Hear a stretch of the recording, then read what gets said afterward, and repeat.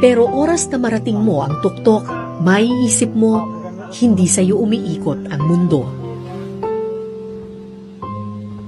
Isa ka lamang maliit na bahagi ng malawak na daigdig.